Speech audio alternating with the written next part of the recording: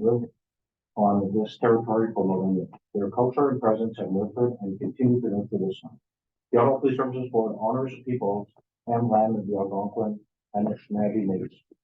Today, Ottawa is home to approximately 40,000 First Nations, Inuit, and Métis people.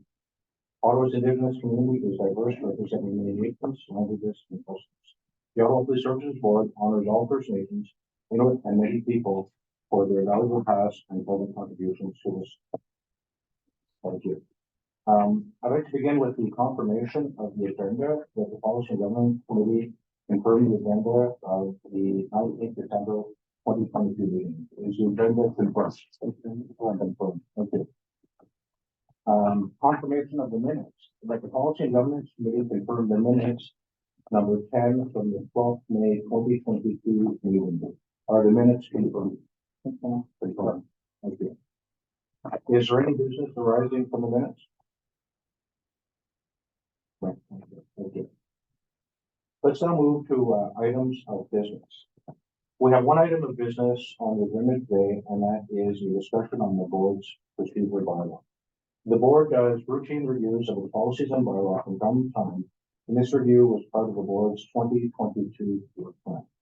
City Council also recently passed a motion requesting that our board, in addition to the Board of Health and Library Board, allow electronic participation in meetings and hold hybrid meetings. A copy of this motion was included as part of the agenda. While the city cannot direct the board's procedures, it is a request we take into consideration in terms of our review of our bylaws today. In terms of context of our discussion, I think we need to consider our current procedures and ask ourselves whether they are still assisting the board in performing its governance and oversight responsibility effectively and efficiently. I would also suggest that in our discussion, we focus on what we would like to change and we leave the development of the specific wording in the bylaw to the executive director to develop with the support of legal counsel. The executive director can then prepare a report on our behalf with the appropriate wording to reflect the committee's discussion, which we can review in advance of the board's January meeting. I have the initial changes I would like to bring forward and for consideration that are somewhat housekeeping. I am at the committee's hands in terms of whether I present these now as they are rather straightforward, or if I want to go to the comments from the committee members. So let's go to comments. Would you like to do the housekeeping issues now and then have a discussion? Yes. Okay. Good. Thank you. You've all seen the amendments. I'd like to also add one to the list, and that would be tasking the executive director to look at our in-camera procedure for you, and she'll come back on that. I'm not going to necessarily read the proposed amendments. They're pretty simple. Any questions on the amendment? Just that's a question. It will include virtual meetings, right? But when you say any other communication, we're talking even virtual. For the special needs? Yeah. Yeah. Okay.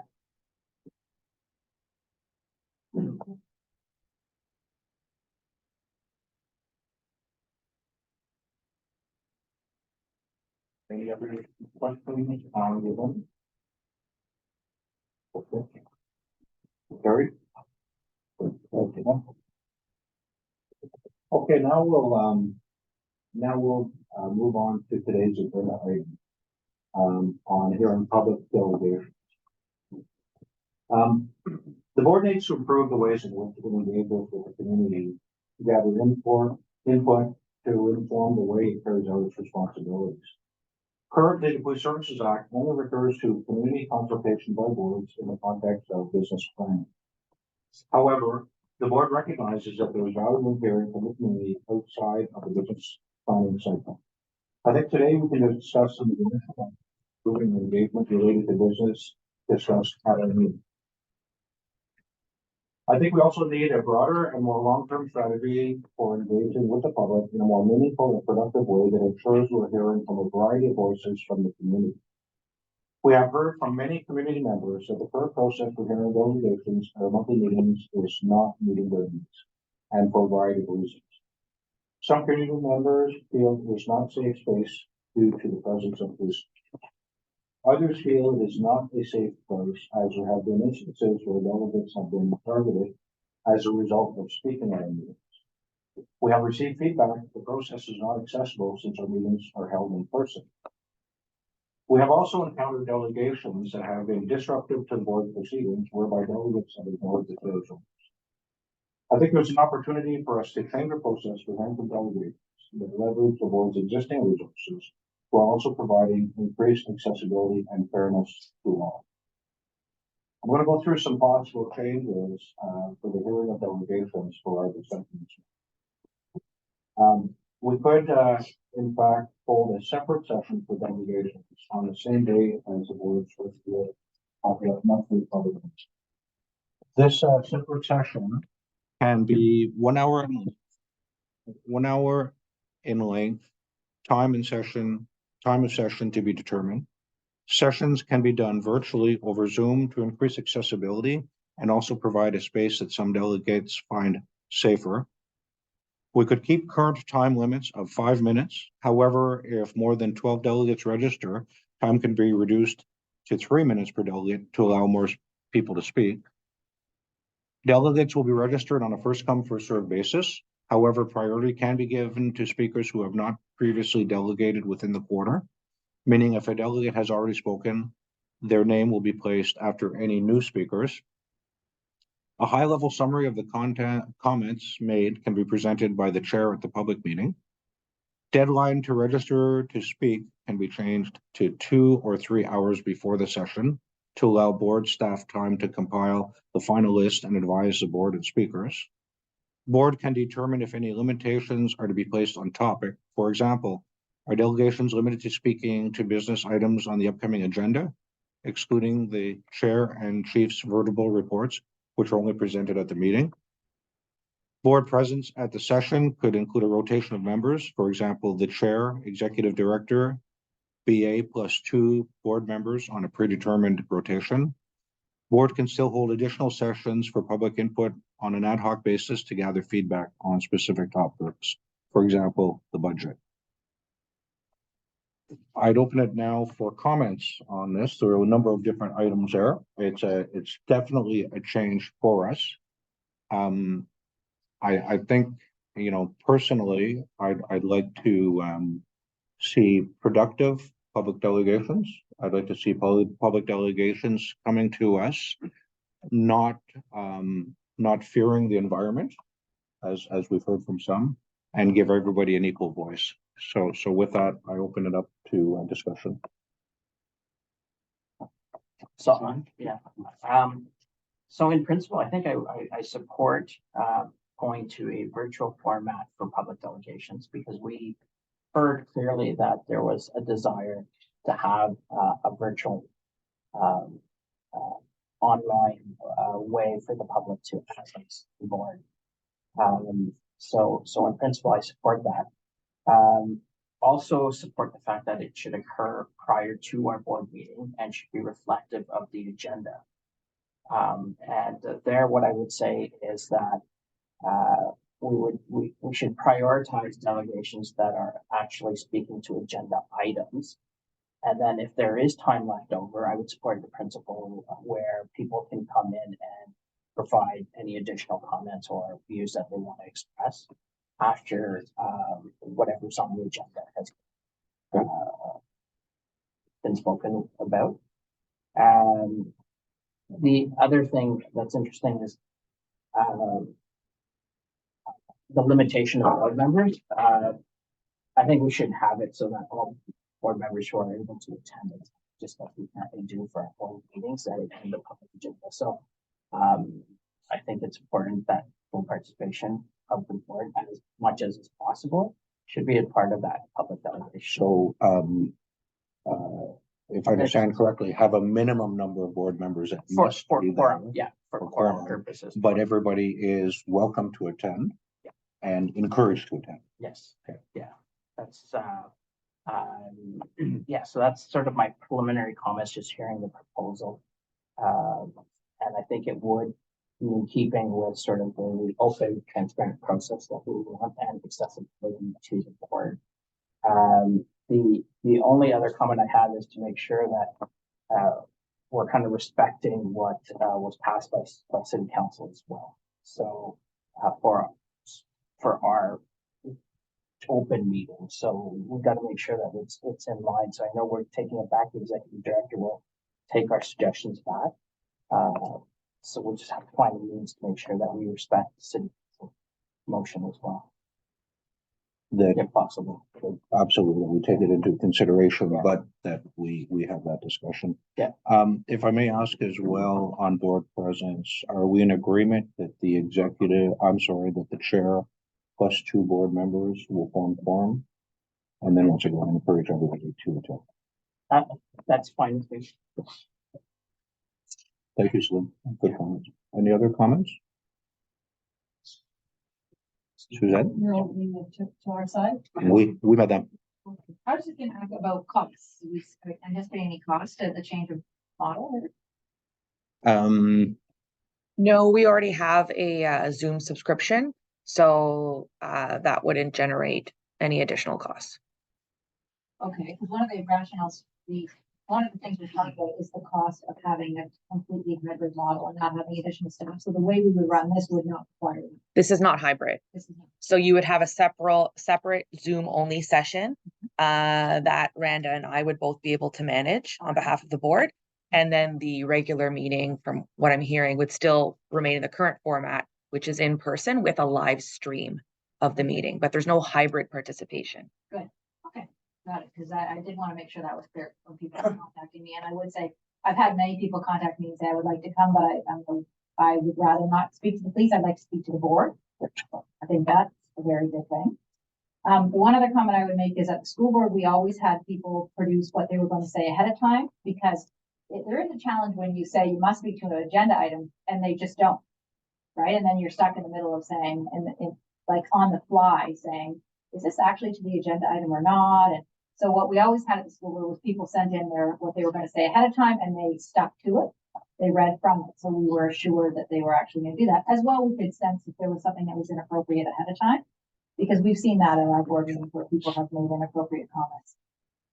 You know, and then you're stuck as the chair in the middle trying to figure out what to do with that. So I would offer that as a suggestion as well. You see, our delegations are always reading from something anyways. They have it on their phones. They have something. They're not just speaking to us generally. So I offer that to you because it did work well at the school. It's still that way at the school. Just a couple of things. Was there a specific, maybe we can speak offline on this, but I'd just be curious around what sort of format you required in terms of what you have to send in advance, and also how far in advance is a consideration we'd want to think about for a procedure bylaw, because right now it's optional if you want to send any materials before. Yeah, well, it was some number of hours, I can find out, but it was in our agenda, so people could also read it. So for example, if you, ahead of the meeting, you could read what someone was going to say and then be prepared if you had a question. Okay. You know, as a board member, as a trustee at the time, that gave you some time to think about what question you might want to follow up with. Whereas on the moment, you see what we do, people don't ask questions because you're sitting there trying to listen to what they said and formulate, is there anything you really want to ask? And then you think, okay, well, I'm not going to ask because I can't really do Right. it. So in that construct, Kathy, if they did not send in their material, what they were going to speak to, were they not included in the agenda? I think they had to. That was one of the requirements we put on the agenda. Yeah. Because then we would know that they were going to speak to an agenda item and we could ask questions. But if people were just allowed to speak, you know, without any prep. And did it happen that a delegate would not stick to their speaking points or their script that they had given? The chair would often say, can you please stay to your notes? Okay. Yes, someone would later on figure out they needed to clarify something in that. Yeah. But when someone would just all of a sudden start not at all following what they were saying, we did have that. Yeah. Okay. Which is I think that's an excellent idea, because it does give us opportunities to prepare in advance and to know what the subject matter is and address it. Well, I had another question about people could speak to the chief or the chair's verbal report. So not knowing what the content is, how do we work around that? Like how can someone speak to something without knowing what the content is? Do you want me to address that? Well, they, okay, go ahead. Yeah, so actually that would be one of the excluded topics. Right. So you can speak to agenda items, with the exception of the chair and chiefs that's tabled at the meeting. We might want to cover in the procedures that a delegate could talk to the chief or chair's verbal reports at the next session. Could be. That they would still have, but they would have to stick, do the same thing if we decide they send their script, that they could speak to the verbal reports a month later, essentially. Right. I think that's what- That still covers that, right? Yeah. If that's fair. And I may have missed this. Do you, who's part of the virtual meeting? Is there a minimum of 4 board members you just mentioned? It would be the chair, the ED, the BA, plus 2 board members. Right. And so you'd have quorum with the chair and 2 board members, and all other board members would be invited to participate and encouraged to participate. Yeah, quorum is typically 4. Okay, so then we'd have 3 board members. But no, none of the service would be present. Would you have any? That's open to the committee if it wants to recommend that maybe, does the service want to weigh in if it would be helpful to have at least a couple service members? Different models we all for, I mean, so I think having at least representative service like would Yeah. be necessary. Yeah. But, and depending on the topic, we can bring over necessary. But I think definitely.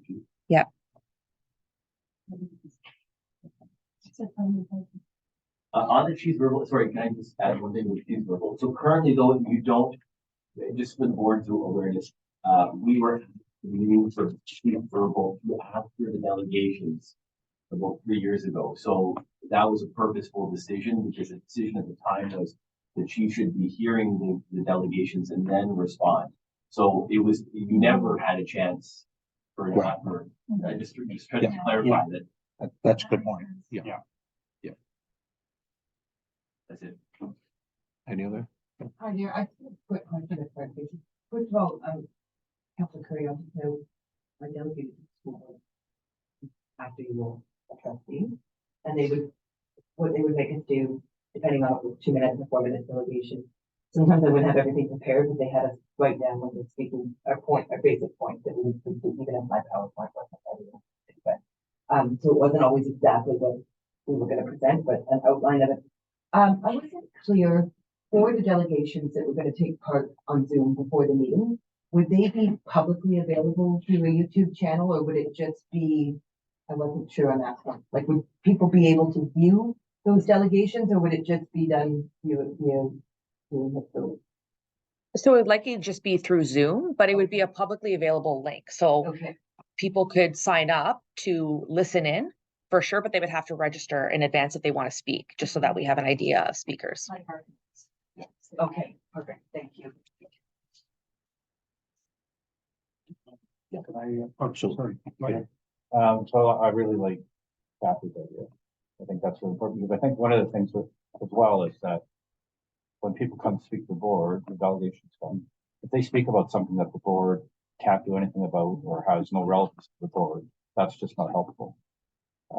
So there, as part of this, it needs to have some relevance or something that's within the board's jurisdiction or within the board's responsibilities under the act. If it's beyond that, then it's just, it's just not helpful. So I think that's one of the things that maybe can help with that. And then maybe that's something we should consider about making sure that delegations that, we're looking at that and we can examine what they're speaking about or looking at their speaking points. That's something that's actually of relevance to the board, not something the board can do something about. If it's not, then I'm not sure that's helpful. It'd also be nice that, and I don't know if this is, how you could do this, Rob, but, it's one thing for delegations to come and speak for 5 minutes, but like half the time I'm left wondering, what do they actually want? I have no idea. So I don't know if there's anything we can do to sort of help provide some structure to them or some suggestions that as they come to the board, it's got to be something of relevance to what the board can do under the act, but it's also, what is it that you're asking for, or, what's something that's, so that we actually respond. And I do like the idea about having some basic ideas ahead of time so that we think about it, because I find, to the point where I was made, it's really challenging when you hear this, and then like, how are you gonna respond, but you need to think about it then. And against or a lot of times you don't even know what they're asking for. And it's fair for delegation to not be asking for anything. Yeah. To give an opinion, to Yes, give, yeah. give their thoughts Right. and so on. Right, but it's gotta be something, again, that's Yeah. somehow relevant to. Related to the agenda and so on. Well, this is the other point I'd say, like, so it's one thing to say it should be related to agenda, but what if, I think it's important that we hear from the community or from people that have concerns that aren't necessarily on the agenda, but they have something they'd like to raise. Like, how else do they do that? They can raise issues to the police service, but if they want to raise issues to the board about an item that we're not necessarily even, alive to, or that's not on our radar, how do they do that? Like, I think there needs to be some mechanism to hear from community groups or others. If you think about our responsibilities under the Act and ensuring effective and efficient policing, and understanding that, well, we need to make sure we hear from the community. I'm not sure, as like you mentioned at the beginning of your comments, we're not doing that right now, or we're not able to do that right now. There's people that don't feel safe. I do think we need to have some mechanisms, having the door open for items that aren't necessarily agenda, but that are of relevance that we should become aware of. And I think, I agree with that. I also think if we refuse an agenda item, we refuse a delegation, is it incumbent upon us to tell them why? And I think it is, right? Because if they wanted to come forward, if a delegation wanted to come forward, speak to the board, and their number 22 on the list, and we can't accommodate them, it's important to say, it's a capacity issue this time, but so. Yeah, so could I speak to a couple things? So first of all, thank you for the work that's been done on this, and I agree with and support the principles behind what we're striving to accomplish here, and also the opportunity to make this virtual. I think this is an important step for including more people, hearing from a broader range of voices. I think it's important to remember this is not the only opportunity for people to provide feedback as well. So, for example, if we have a capacity issue at a particular meeting, perhaps part of our response can be how, what other means they can use to provide their feedback. I don't know what that would be, a written submission or, something like that, that we're still open to receiving their comments. I think I think that the regularly scheduled meetings on the same day as the police board meetings, that the focus should be on the items that are on the agenda, or the priority should be given to the items that are on the agenda for those meetings. But I think it would be helpful if beyond that, we did have other sessions, a certain number per year, perhaps, where people could just offer feedback about the police service in general, or about things that have not been covered on the agenda, right? So if we keep the sessions that are on the same day as the police board meetings to, largely confined to the agenda, but as you suggested, maybe there's one session a year where we ask for input about the budget.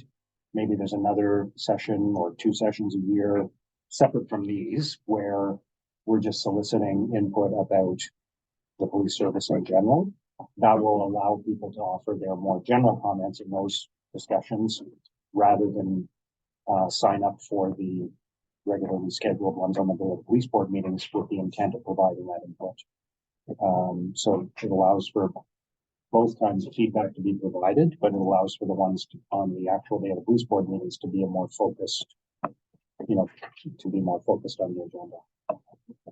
And the other question I would raise is, I know that you were saying that people would be able to register up to 2 to 3 hours before the meeting. Correct. I wonder if we want a little more time. I don't want to cut anybody off, but I presume that most people who have the intent of participating would have that idea in their mind earlier than 4 hours before the meeting. They'd be thinking about it before that. So do we want to make that the day, 24 hours before or something like that, just to allow for a more thoughtful process. If we have more delegations than we can handle, if it's 2 hours before the meeting and 3 hours before the meeting, suddenly 10 new delegates propose that that doesn't give us the staff a lot of time to sort through which ones we'll have time for and which ones we won't, and to maybe even interact with a few of them to clarify what they want to talk about.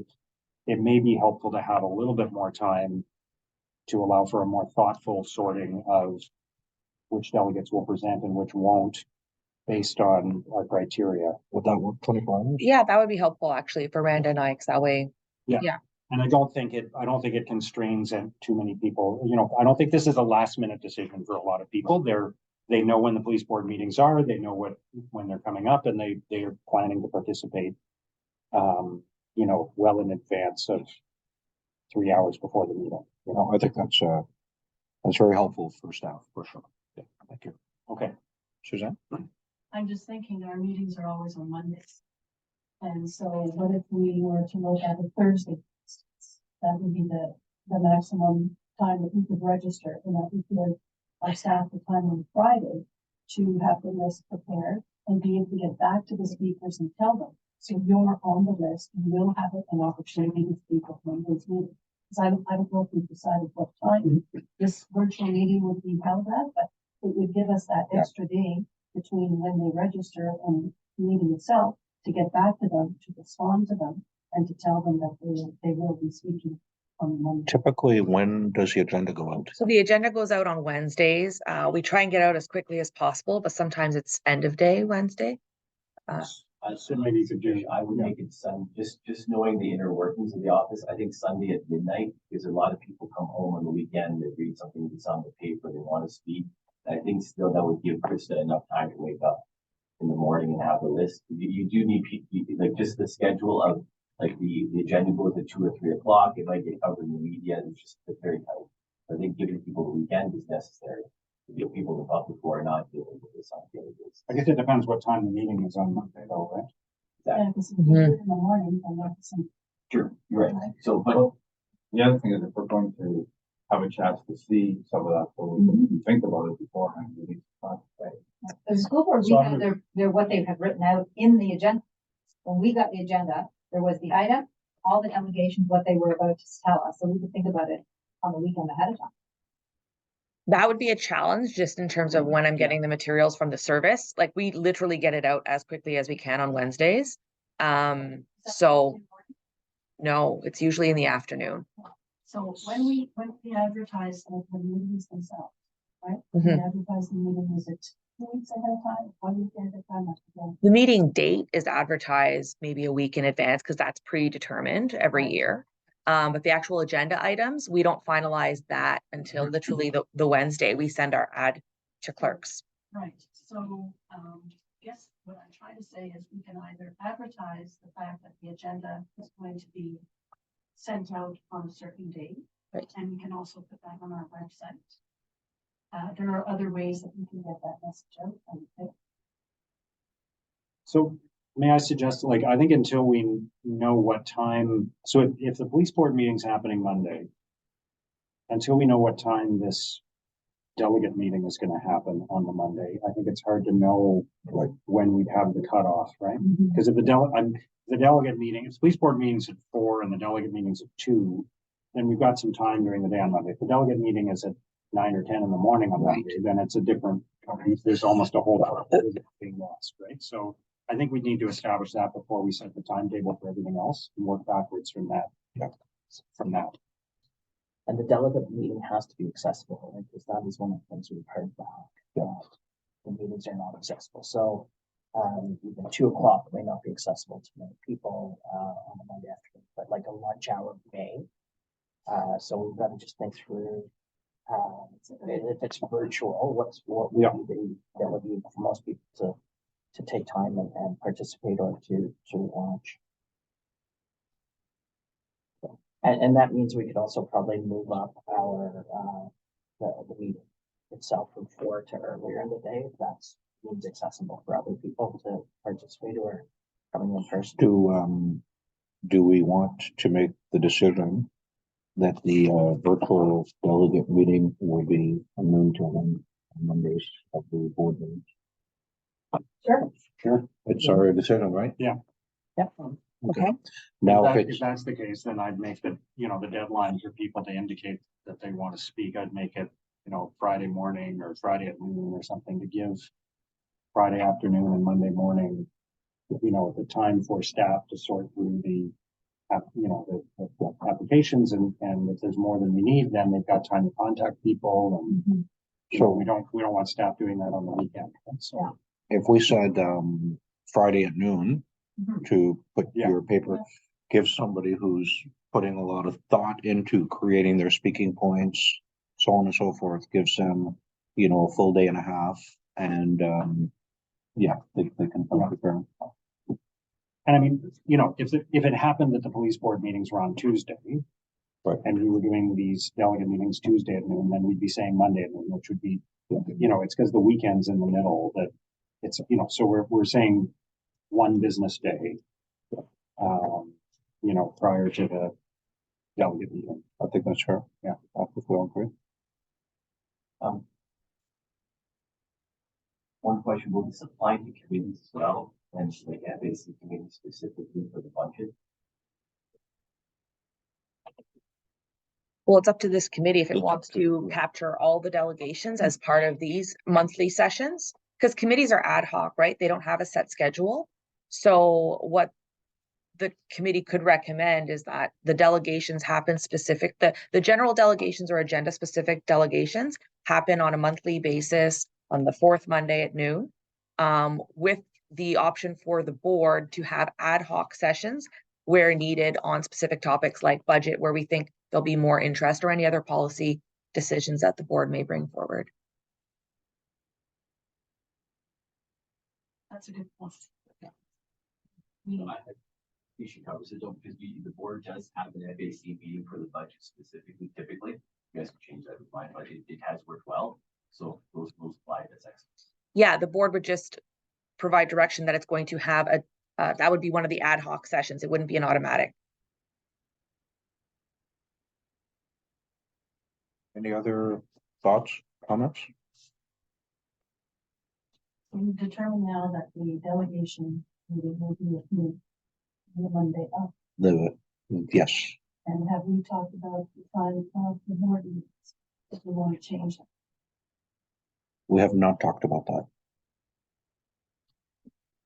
Do we want to talk about that? I think it's something that is worth discussing. Okay. So, the delegate meeting would be at noon. Typically the in-camera is at 2. Let's start with that. Yes. Are we fine keeping the in-camera at 2 o'clock on the Monday? Can I make a comment, Chair? Sure. Just kind of make a comment. Yeah. So prior to the pandemic, the board typically had its in-camera after the public meeting because it's important for the public meeting to start at a set time. And I find sometimes the in-camera being constrained to 1 hour is problematic.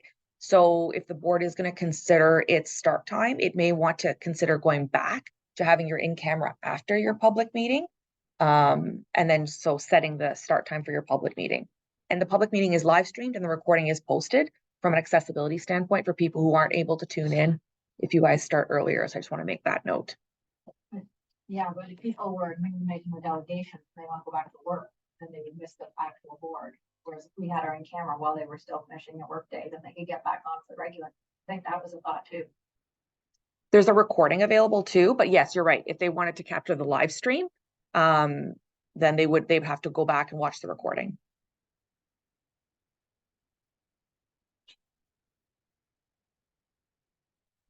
I guess the earliest we could go is 2 o'clock. Well, noon to 1 is, yeah, you're in a virtual meeting. And then you have to get to room. You have to get physically to the meeting, so. And we'll need some time just to set up too, depending if we're going public right away, then Randa and I need some time to get the technology set up for that. So just a consideration. I like the idea of going back to public meeting followed by in camera. It's probably, it's potentially a better use of time, right? And I'm entirely, We're gathering 3 times. the same day, right? exactly, yeah. I'm totally flexible on what time we want that public meeting to be. You know, we have to worry about accessibility for people to come to it, for sure. It just seems to me also, you know, a lot of people don't have a normal work day as we used to think of them, 9 to 5. But if delegations aren't attached to the board meeting, they don't have to come to the board meeting because they can be watching it online. They're already on Zoom. So, right. Yeah. All right. Do we want to do the board meeting at 2, followed by in camera? For the service. We adjust our schedules. We've had gone through multiple iterations for hands. So board meeting at 2, followed by in camera? What would have the largest participation of members of the public?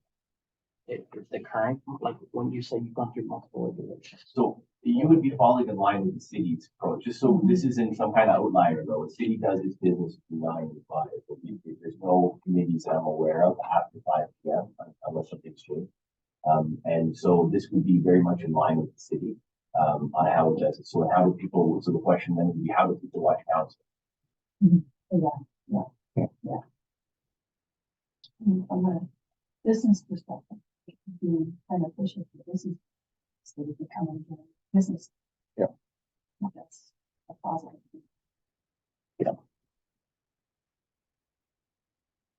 And I don't know the answer to your question. So, I think it's more based on profit. Right. So, But even business and civil society organizations, you know, so community organizations could come during business hours to get easier. okay, are we good then? A meeting at Sure. 2, followed by in camera? Okay, correct, thank you. Any other questions or any other business for the P&G committee this morning? Just clarify the process maybe, or we want to just clarify the process for everyone that this is going to be recommendations for the board to consider in January and then vote on at the February. Yeah, so just from a procedural perspective, these recommendations from P&G will be coming to the board in January for discussion, potential approval, and then approved in February. Correct. Yeah, tabled in January and then voted on at the February. let's debate it. You can, yeah, discussed, yeah. And the meeting date for the next P&G committee is to be determined based on the need. And can I please have a motion for adjournment? Can I just, sorry, just make one more comment before you push forward? I know when, there's part of the bylaw has actually the agenda fully written out on what it should follow and if it shall. I'm just wondering if we can add some flexibility, like within this direction. That way that if we do end up changing the order of the business, then it's in keeping with the bylaw.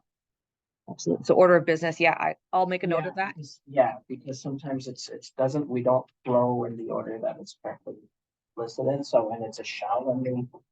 Okay. So just to give some flexibility, because we changed them, you know, and they following, subject to confirmation of the chair, et cetera, something like that. Okay. That's fine. Thank you, Celine. Motion for adjournment? I'm not part of this. No, we have an in-camera meeting later today. Oh, yeah, that's right. Yeah. Oh, yeah. This isn't the last time, Curry. Good idea. Okay, motion for adjournment. Yeah. Fantastic. Thank you, everybody. Thanks, for coming everyone. out. Thanks for the conversation and discussion. Good job. Take care.